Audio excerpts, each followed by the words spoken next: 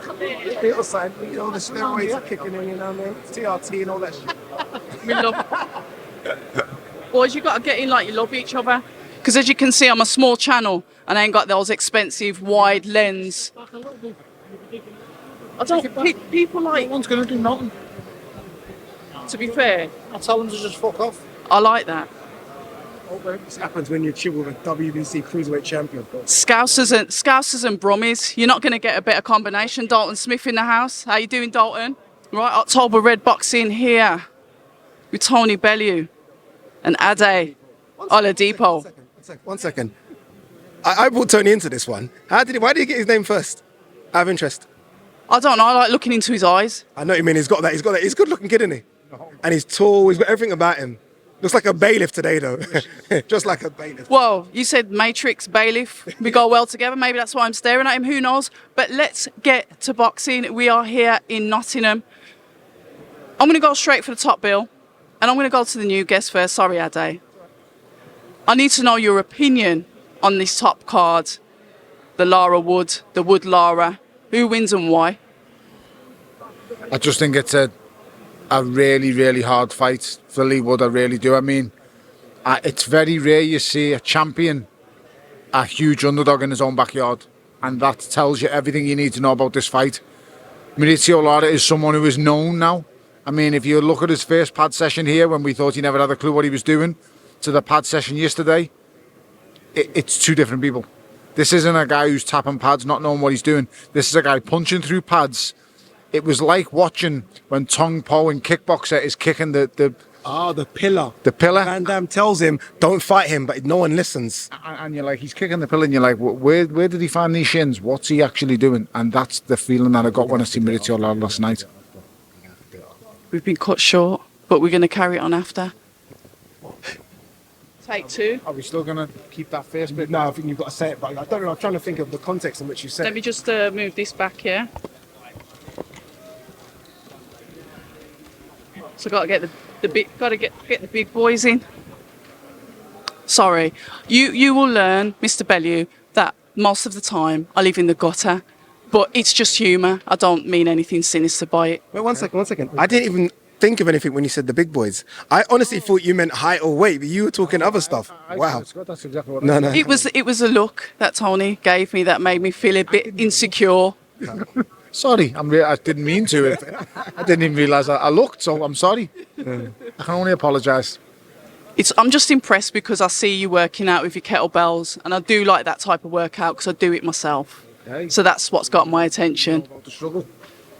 I know that it's the best way to rip yourself into shape, yes. It ain't ripping me, but it's killing me. But it's not ripping me up because I couldn't get ripped up if you stuck me in a fat camp for about 12 months. I still wouldn't get ripped. No, he's lying. But it's because he eats shit as well. Can I say that on you? Yeah, he eats a lot. Yeah. I mean, now that the Premier's passed, I mean, I've lost quite a bit of weight, and I'm going to find it again. It's going probably down the sides of my couch, down the back of the bike, the Peloton or something like that. So yeah, I'm going to get back on that, and I'm going to gain a little bit of weight these next few weeks because I've fulfilled my media obligations with Creed 3, and it's time to put that timber back on where it belongs, on my backside. The way you just got Creed 3 in like it was nothing. He said Creed 3 like it was an appearance on TalkSport.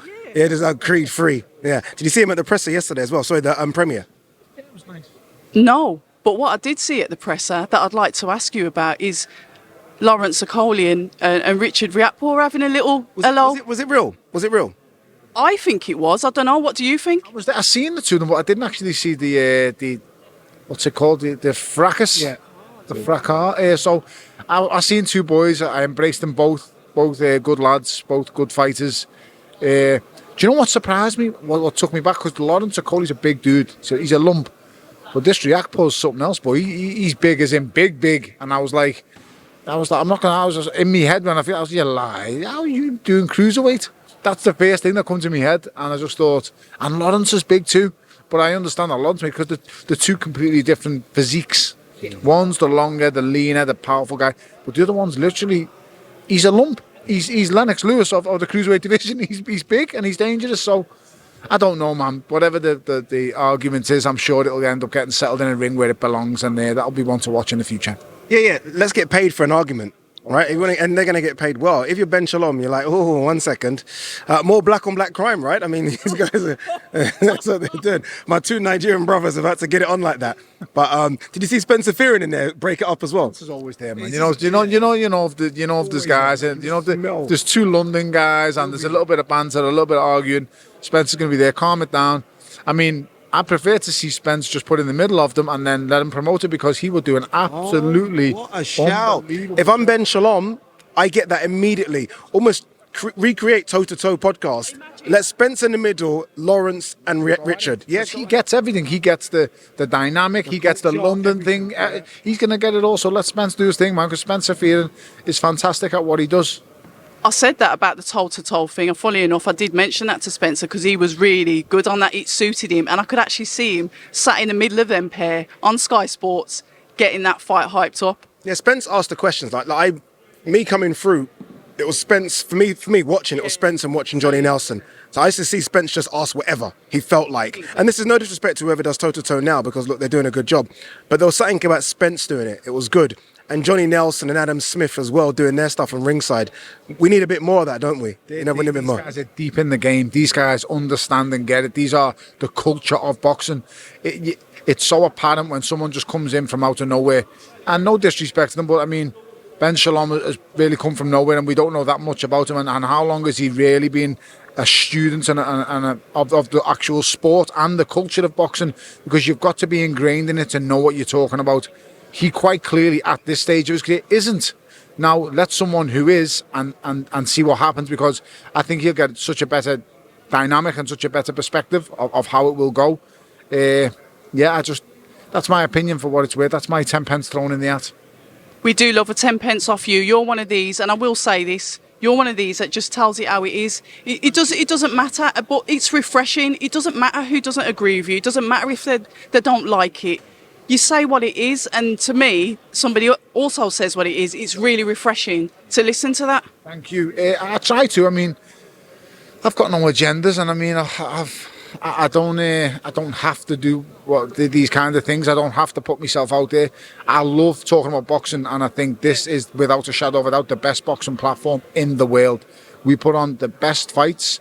We have fantastic fighters globally. I would actually say Ade's YouTube channel is the best boxing platform in the world. The green chair is the best, but this is a good second. Talking about the setup, I mean, and no one's beaten Ade's green chair. I mean, with Mike Tyson in the background, my absolute hero. How good is that setup? It's unbelievable. But when it comes to just putting on fights, and you look at the fights that we have at the Zone, it's huge now. AJ's now on the Zone. You still have Canelo Alvarez, who's part of it. Triple G, just name after name after name, and we just keep producing big fights. I mean, you look at this Saturday's main fight, Lara versus Wood. It's frightening.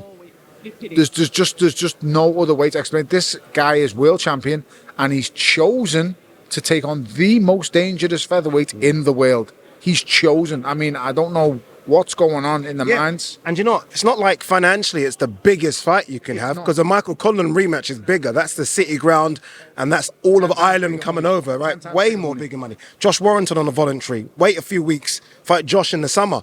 That's even more money. But no, let me get over the boogeyman. And that's what I called him on stage when I interviewed him. I said, "You're the boogeyman," and he started laughing.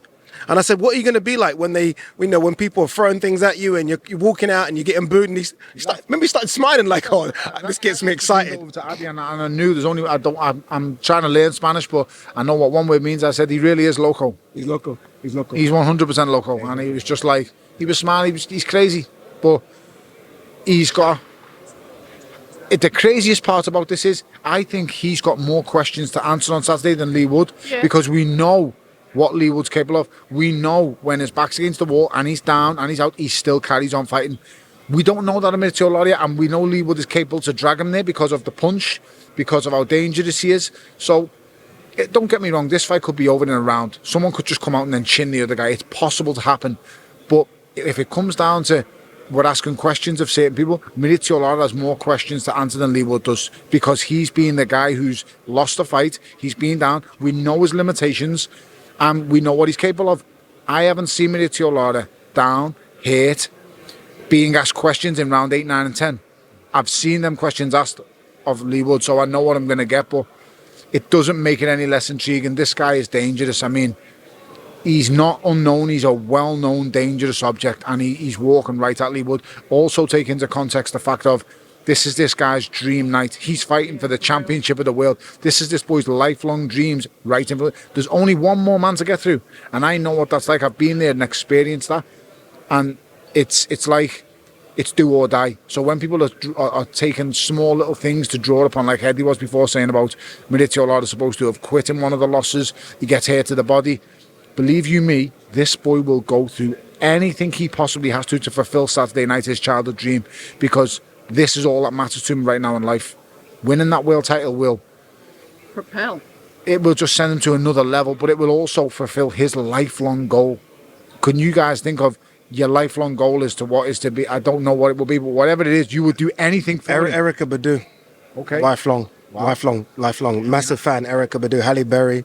These are lifelong goals. I'll do anything. Okay. Anything. I was thinking more like Eva Mendes, but I don't want to die. Are we talking about in the ring here, or? I don't know what ring he's talking about, but this. We're not talking about no boxing ring. I'll tell you that now.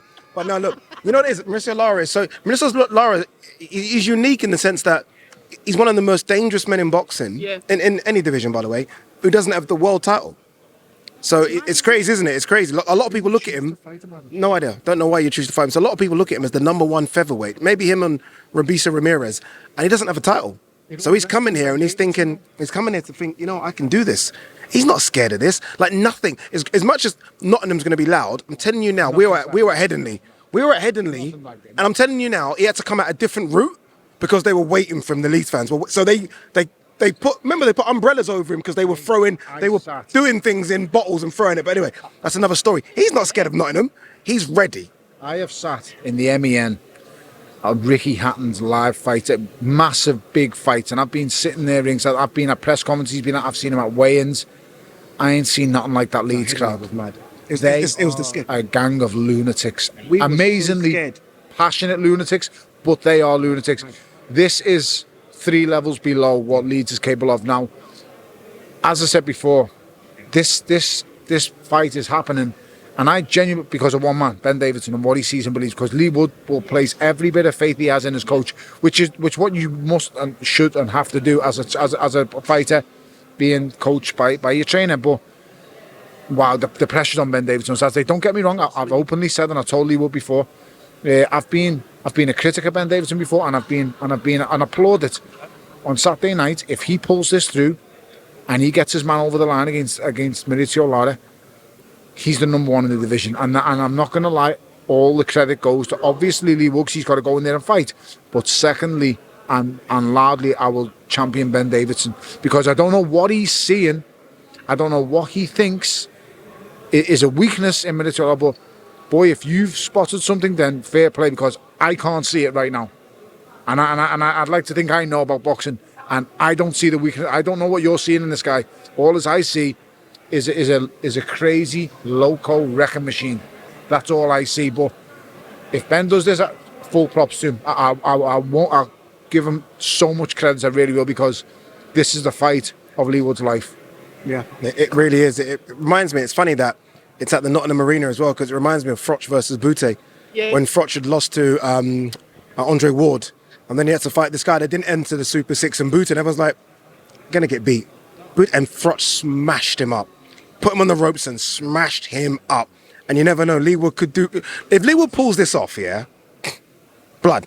I might get in the ring. You know when Eddie jumps in the ring and does that thing where, I don't know why Eddie always does that. He gets pushed off by someone. I don't remember that. I forgot all about that. Like, get out of here. He's going to see me out of the job. That was hilarious. Get my trainer. What are you doing? Just give me my checks. Before we go, we made a little comparison before, and we were talking, me and Ade now. Do you remember seeing Mauricio Lara the first time we seen him over here when he's faced Joe, and he's touching pads? It's like on the day, he didn't know what he was doing. It was basically me the other day with Derek James and AJ. It was so bad. It was like... I think you were more impressive, to be honest, Ade. So anyway... But we seen him yesterday, and it's a wrecking machine now. He knows what he's going into. It's kind of like when you pick a fighter. Do you ever remember the Kickboxer, the movie with Jean-Claude Van Damme and Tong Po? And they're like, oh, this guy hasn't got a clue about fighting. He doesn't know what he is. And Jean-Claude Van Damme, his brother is fighting, and he's the champion. I'm like, I'm the champ. I can do anyone. And then remember what his brother's name was? Jean-Claude. Was it Tony? No, Eric. Eric. I watched it the other day. Kick the tree. So anyway, they walk in and they see Tong Po kicking a concrete pillar, Yeah. and he's rocking the concrete pillar. I kind of feel like this is how people were looking at Mauricio Lara yesterday, Yeah. and they're like, I was watching it at home and that's what it was like. That nut dum. and you're just like, And someone's like, stop the fight. Like, do you know what you're doing? Stop the fight. I like that kickboxer. I tweeted, head movement is key. Last time you watched that? a long time ago, mate. Watch it again, it's incredible. Van Damme's physique in that, yeah. Oh, listen. Oh my lord. Unbelievable. Right, now so first it was Erica Badu, Eva Mendes, and now it's, can you just, Van Damme's the guy. Van Damme's the gal back in those days, the 90s. Oh, let's chill out, man. You yeah. don't even mention any names without talking about Chuck Norris. Yeah, Mates, you're because right. if I pull Chuck Norris out the Chuck back, Norris, yeah, mate, Chuck Norris. well, the game over. Chuck Norris is like Thanos. Yeah, Know what I mean? Norris was serious. Chuck Norris serious. But I can't have them. I can't have like an American guy going to Korea and beating up them, man. It doesn't make sense. I didn't believe the storylines. At their own sport. Didn't believe the storylines. Last Samurai. What? As in Last Summer? As in which one? Tom That Cruise? was Tom Cruise. Nah, allow it. Nah, See, it happens. One of the Egyptians, that was Christian Bale. nah, it didn't make It sense. happens. Anyway, gentlemen, can I have your predictions for Joshua v. Franklin? Oh, what? No, come on. Blowout. AJ is going to light him up.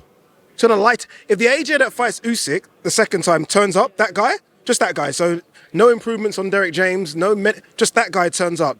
He knocks him out. I was there for Franklin White. I did the fight. Yeah, I know. And I was like, White was bad. Franklin was good. He's got decent fast hands. AJ got beat by Usyk, you know. AJ got beat by the greatest cruiserweight we've ever seen, and one of the best heavyweights. I'm telling you now, he's that good. Tony fought him. He didn't get beat by a scrub. Yeah. AJ, I'm saying AJ will get rid of him mid to late, 6 to 8. Mid to late. Well, one thing I will say, we need to see that kind of performance. Okay. That's all. We need to see that kind of performance. You know me, I love AJ too much, so I get emotional. But so does Tony. But Tony, this is what I'm saying. He just tells the truth. Tony, you're going to see him, aren't you? I'm going to go and see him next week in Dallas. I want to see I'm him. going to pack some food for you to take to him.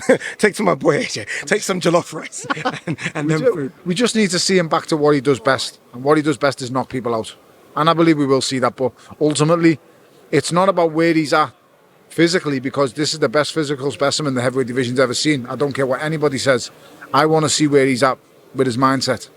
And I think being away from England, I think being away from all the crazy hoopla is exactly what will do him the world of good. And I'm looking forward to catching up with him. But listen, he's a diligent student of the game. He studies religiously. He works hard. And I just want the rest of the country to start backing him again and believing in him, because everyone's jumping on that saying, oh, well, Usyk beat him.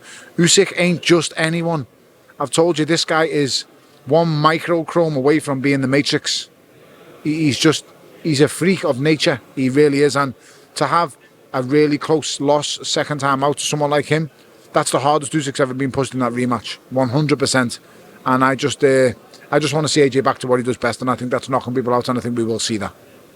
Gentlemen, it's been an absolute pleasure. I would ask you about Fury Usyk, but we're not sure where that lies, so I'll just leave that. Definitely guaranteed. Is it happening? Has it been announced?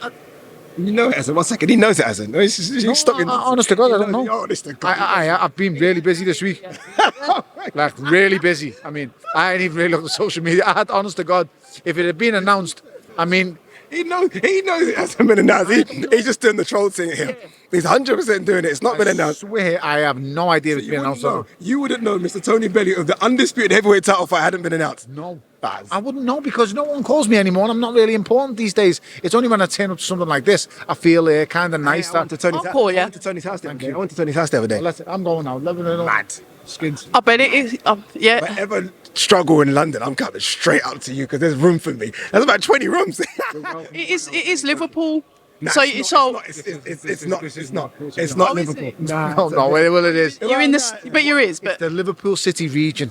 oh, That's what it is. we have that in Birmingham as well. Yes. what's your No, we're not. We're not going to tell you. We don't discuss that. That's private. Yes. I'm very lucky, man. I mean, You work for it, though. listen, no matter what you live in, no matter what car you drive, it doesn't matter how big your four walls are around your house. It doesn't matter about what car you drive. What matters is who's in the car with you, and also who's in the house with you. And it's what's in them four walls of the house.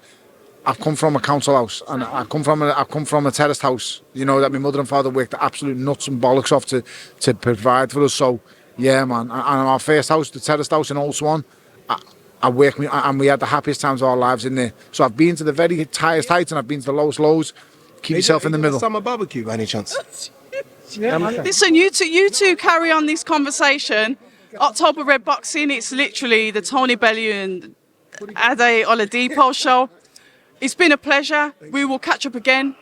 Until the next time, gentlemen, amazing. Thank you. No. Hi, and thank you for watching October Red Boxing. Like, subscribe, and tap the bell for notifications.